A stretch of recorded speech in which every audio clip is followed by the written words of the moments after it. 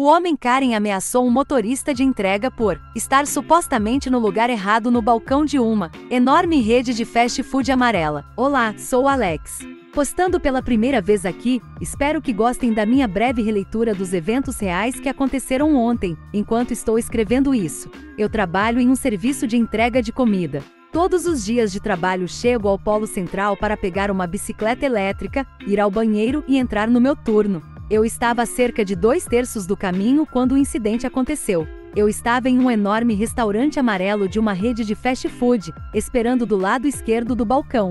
O lugar estava superlotado. Eu poderia jurar que havia pelo menos 100 pessoas no prédio. Junto comigo estavam outros 2 motoristas de entrega, trabalhando para outras empresas. A certa altura, uma pessoa da multidão avança e começa a confrontar um dos entregadores que está à minha direita perto do balcão.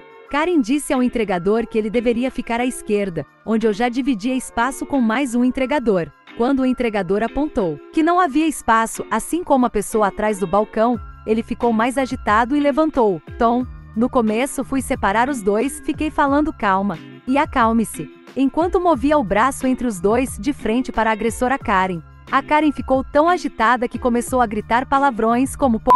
Eu finalmente o enfrentei fisicamente e disse a ele: "Você não vai conseguir seu pedido mais rápido agindo assim." Isso fez com que ele finalmente desviasse sua atenção do outro entregador para mim. Terminei afirmando em voz alta: "Então relaxe." Nesse ponto, pude perceber em minha visão periférica que outras pessoas no restaurante começaram a olhar para a situação. O barulho alto da conversa diminuiu. Na verdade, ficou muito quieto para um restaurante movimentado depois que gritei isso. Por um momento, nós apenas continuamos olhando um para o outro. Finalmente eu recuei. A Karen se recompõe e inventa algo sobre eu ser um motorista de entrega e ele ser um cliente. Então ele está automaticamente correto. Eu disse: "Você fala como se fosse meu chefe", apontando o fato de que ele não era meu chefe.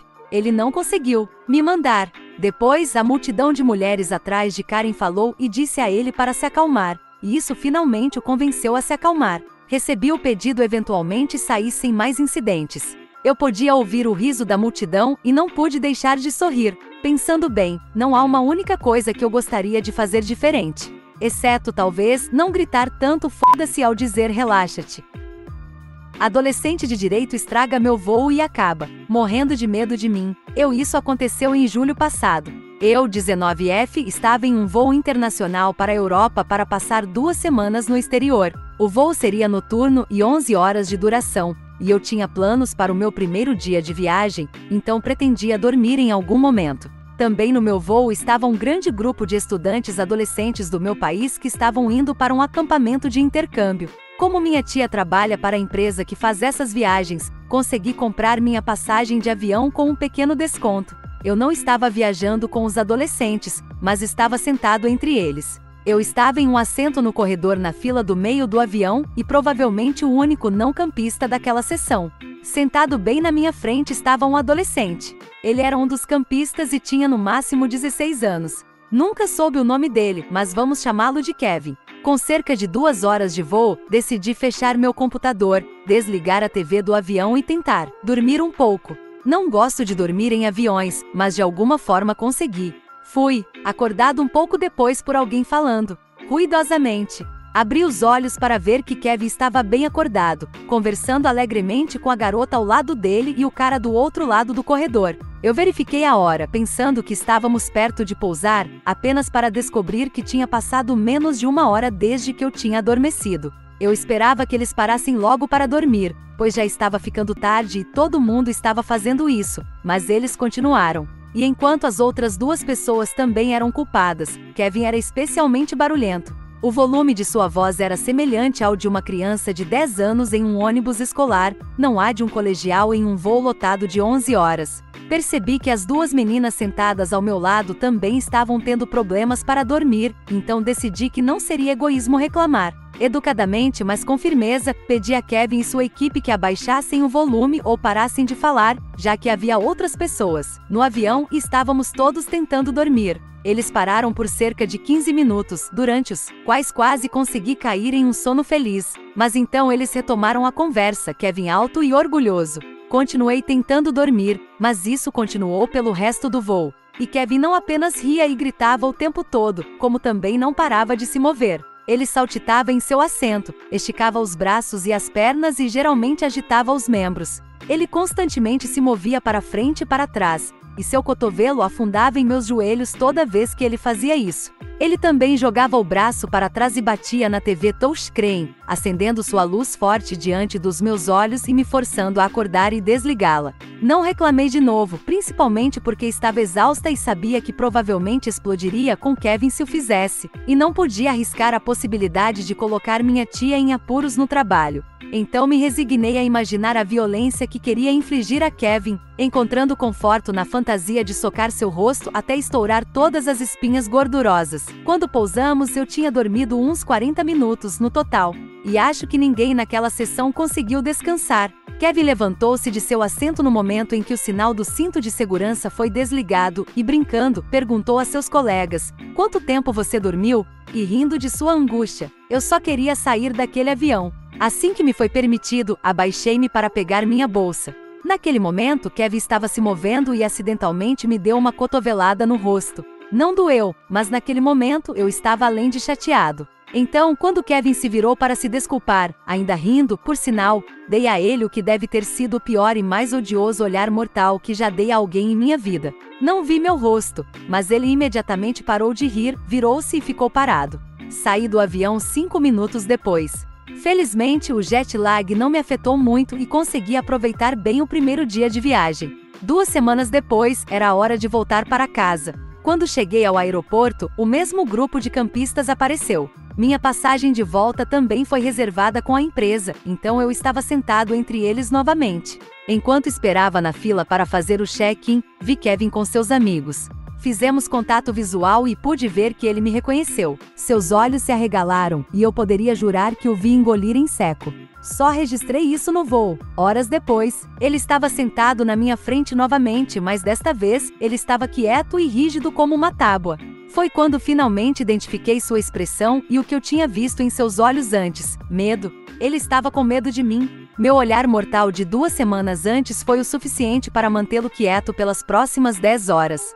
Desnecessário dizer que tive um voo ótimo e tranquilo, assim como todos os outros naquela sessão. Espero sinceramente que Kevin tenha aprendido algo com isso. Karen maluca zombou de mim porque sou gago em público 2 vezes. Sou um rapaz brasileiro. Nasci e moro numa cidade no interior da região sul. Atualmente tenho 19 anos. Desde que tinha 6 anos comecei a apresentar gagueira, coisa que até hoje não tenho ideia do que pode ter causado, se foi trauma de algo ou é genética mesmo, pois tenho um tio com o mesmo problema. A gagueira nunca foi um problema para mim, até os 5 graus ano. Eu nunca me importei. Porém, a partir dos 6 graus ano, comecei a dar mais atenção a isso, coisa que agravou mais ainda. Desde então, eu sofro demais com isso.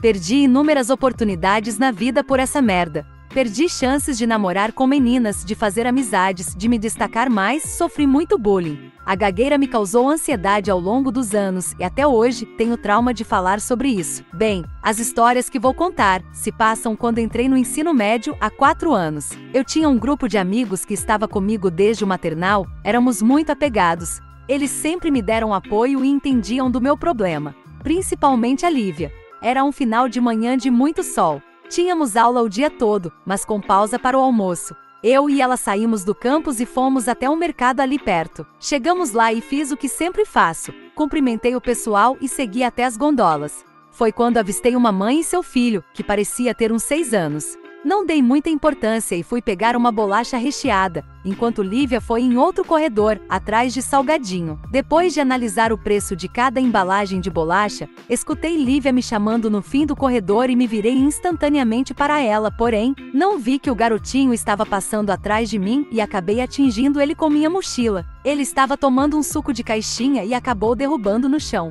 Rapidamente me abaixei e peguei a caixinha do chão e pedi desculpas ao garoto, que deu uma risada, fofa por sinal. Na hora que fui pegar minha carteira na intenção de dar um dinheiro pro garoto comprar outro suco, ouvi uma voz estrondosa, como se as portas do inferno tivessem aberto. Era a mãe do garoto. Ela chegou gritando comigo, dizendo que eu não tinha atenção e podia ter machucado o filho dela. Eu apenas esbarrei nele e ele derrubou a caixinha de suco no chão. Instantaneamente minha ansiedade começou a bater. Eu queria dizer para a moça que foi sem querer, mas acabou saindo tudo cortado. Gaguejei em cada sílaba e ela começou a me imitar e a rir de mim. Nisso, Lívia chegou e pediu o que aconteceu. Eu tentei falar para ela, mas minha gagueira piorou, mal conseguia falar. Eis que aquele projeto de gente lançou a frase que fez eu ter 10 tipos de ansiedade. Além de cego, por não ter visto o filho dela e esbarrar nele, creio eu, é gago. E depois riu.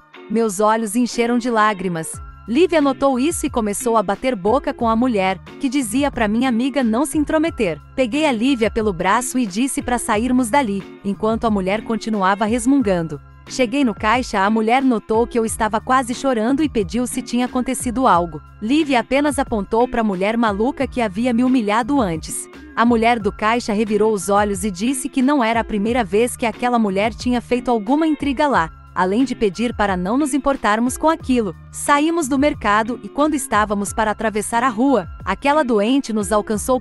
Disse que não tínhamos resolvido ainda e que iria chamar o pai do garoto para dizer que bati nele. Respirei fundo e disse calmamente: moça, foi sem querer. Ela riu e disse que finalmente eu tinha aprendido a falar. Meus olhos lacrimejaram novamente e disse para Lívia para sairmos dali. Atravessamos a rua, ainda ouvindo aquela histérica gritando. No caminho inteiro de volta para o campus, fui quieto e quase chorando. Lívia não dizia uma palavra. Ao chegarmos lá, fui direto no banheiro para chorar mais e mais, lavar meu rosto, tentar me acalmar. Saí de lá e me sentei no chão do corredor, enquanto Lívia se aproximou e sentou ao meu lado. Ela fez um carinho em meu cabelo. Olhei para ela depressivo e pedi para ela, porque eu sou assim, e caí em choro novamente. Deitei no colo dela e ela tentava me acalmar. Notei que ela também estava chorando, pois senti algo pingar em meu rosto e olhei de relance em seus olhos. Depois daquele dia, eu e ela nunca mais nos separamos e ficamos cada vez mais próximos. Tanto que atualmente estamos perto de comemorar 2 anos de namoro. Nunca contei nada disso para meus pais, até acontecer a segunda história. A segunda história ocorreu cerca de 2 ou 3 meses depois. Fui com minha avó ao banco ajudá-la a fazer a prova de vida. Pequeno contexto: faço tudo pela minha avó. Ela é um dos motivos de ainda não ter desistido da vida. Meu pai, seu genro, ficou no carro esperando a gente. Enquanto esperávamos nossa vez, fui tomar um café e ouvi alguns gritos vindos do lado onde estávamos. Fui lá dar uma olhada e congelei na hora. Era aquela mãe maluca que eu tinha visto no mercado meses atrás. Ao olhar para ela, tive um momento de flashback, lembrando-me da cena no mercado. Lentamente minha ansiedade começou a atacar. O pior ainda estava por vir. Enquanto ela gritava com o atendente, ela olhou para mim. Eu congelei instantaneamente. Era como se toda a raiva que ela estava descontando no atendente voltasse para mim. Ela virou-se completamente para mim e começou a dar aqueles passos pesados. Olha o gago. Minha ansiedade estava no auge. Eu me virei e caminhei até minha avó, que estava olhando para mim. Sentei-me ao lado dela e ela notou que eu estava mal. Meus olhos começaram a lacrimejar. Os gritos daquela mulher começaram a se aproximar. Quando a vi, ela estava do nosso lado me provocando. Ela disse que não tinha nada resolvido e perguntou se eu já tinha aprendido a falar. Não conseguia olhar para ela. Minha avó se levantou e confrontou a mulher. Foi então que aconteceu o auge de tudo. Uma raiva imensa percorreu meu corpo. Se não fosse pelo homem ao meu lado, eu teria feito pior. Aquela doente empurrou minha avó, que caiu na cadeira. Joguei meu café no chão e fiz o mesmo com ela, que caiu sobre 2 cadeiras. Ela era bem gorda. Tirei xingamento até mesmo de onde não podia. O homem ao meu lado me segurou para que eu não fizesse pior. Não tenho orgulho do que fiz, sei que foi errado. Mas, como disse antes, faço tudo pela minha avó. O homem ao meu lado me agarrou e começou a xingar a mulher também, que rapidamente se levantou e começou uma grande discussão com o homem. Meu choro já estava no auge e minha avó tentava me acalmar. Nisso, uma mulher do banco, creio que era gerente, aproximou-se e se agachou ao meu lado, tentando me acalmar também. Ela chamou seguranças e foi na direção da mulher que havia empurrado minha avó. Uma discussão ainda maior começou. Os seguranças chegaram e a levaram, que ainda relutava. Eu ainda estava abalado e a senhora do banco me levou ao escritório dela para me acalmar. Me dando um copo d'água, expliquei a ela toda a situação e contei sobre a outra vez no mercado. Foi muito reconfortante. Para os americanos, a maioria das mulheres com cabelo curto e loiro se chama Karen, certo? Bem, a mulher do banco tinha essas características e foi um anjo para mim naquele dia. Ela me deu o número de telefone de uma amiga dela que era fonoaudióloga e que poderia me ajudar com isso. Até hoje me consulto com ela e tenho melhorado cada vez mais. Depois de tudo isso, minha avó foi atendida e voltamos para o carro, acompanhados pela moça do banco. Ela explicou toda a situação ao meu pai. Eu estava com medo dele fazer alguma coisa, porque a expressão que ele tinha no caminho de casa era assustadora. Meu pai é muito apegado a mim e faz tudo por mim. Lembro que uma vez ele quase bateu em um colega meu depois dele espalhar que eu era ladrão. Mais tarde, quando minha mãe chegou, contamos a ela e ela ficou louca. Essa mulher deve estar muito grata por minha mãe não estar conosco naquele momento. Não sei o que ela seria capaz de fazer. Apesar de minha mãe e eu termos um relacionamento conturbado, ela faz tudo por mim e me protege de tudo. Amo ela. Amo meu pai. Amo eles demais. De qualquer forma, depois disso, nunca mais vi ou ouvi falar daquela mulher na minha vida. E essas eram as 2 histórias que eu tinha para contar. Eu tenho outras, mas são de situações em que a gagueira realmente me ferrou e não teriam finais felizes. De qualquer forma, obrigado a quem chegou até aqui e desculpa os textões.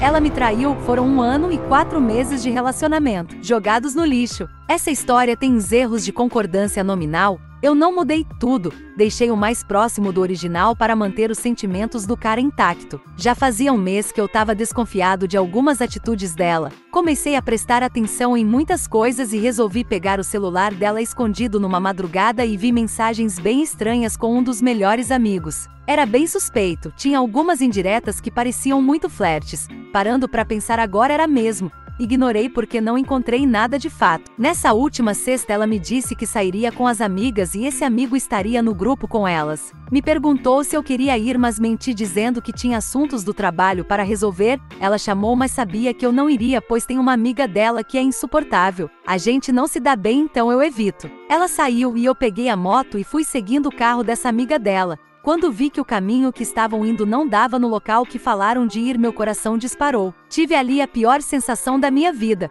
Pararam na frente da casa do sujeito. Por um segundo achei que não era nada e só vieram buscar ele, mas ela já saiu do carro agarrando ele e a amiga foi embora. Ela devia ter prazer em ser cúmplice e fazer isso comigo junto da minha ex-namorada. Consegui tirar uma foto desse momento e dela entrando na casa dele. Voltei pra casa e não conseguia parar de chorar. Juntei as fotos com as prints que tinha tirado das conversas com o cara e mandei tudo para a mãe dela. Adorava minha ex-sogra, era quase uma mãe pra mim. Pedi perdão e falei que tava de saída, que já tinha bloqueado ela em tudo, apagado o contato e disse que a filha não merecia nem ouvir uma palavra sequer da minha boca. Pedi para avisar para não me procurar e que as coisas dela que estavam na minha casa eu ia devolver outra hora. De sexta até hoje já foram dezenas de ligações, de vários números diferentes. Mensagens dizendo que não é nada disso que eu tô pensando, que eu tô maluco, que me ama e não vai conseguir viver sem mim. E não vai mesmo, eu sempre dei tudo de mim, ajudava nos gastos dela,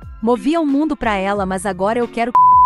Ainda não consigo parar de chorar, mas quando conseguir tô seguindo com a minha vida. Vou me mudar para bem longe dessa cidade em breve. Parei por aqui, não quero saber de ninguém nunca mais. Sempre vivi muito bem quando era solteiro, curtia muito, era feliz com meu trabalho e minhas amizades. E aí, gostou das histórias? Compartilha esse vídeo para os seus amigos, se inscreva no canal do Reddit, as melhores histórias contadas aqui toda semana.